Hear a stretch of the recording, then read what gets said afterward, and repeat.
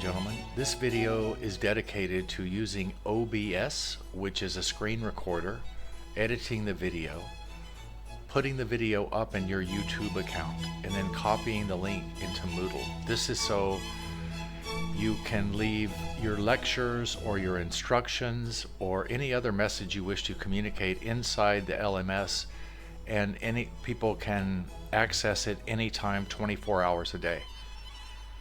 Here, obsproject.com, download for all operating systems. Once installed, you will come to this page and you will open the settings.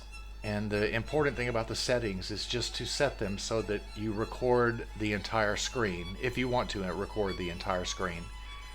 And then you also need to check your audio settings. Audio means that you're recording. And so sometimes the application is a little bit tricky, so you have to choose one or more microphones depending on how many you have on your system. And once you have that done, it works pretty well. You just hit record, and that's it. And I usually put these together in Resolve, but there are many different applications that you can use for this, and there are many that are free. Filmora is a popular one. And after you have recorded this, you hit stop recording. After you do your editing, then you would go to your YouTube page, or your YouTube page.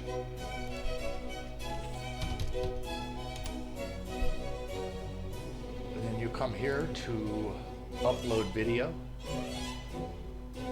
And usually you would save that as an MP4 with both video and audio, and you drop the file here, and then it will upload. Then once done with that, you will see your videos here. These are all your videos. You choose this.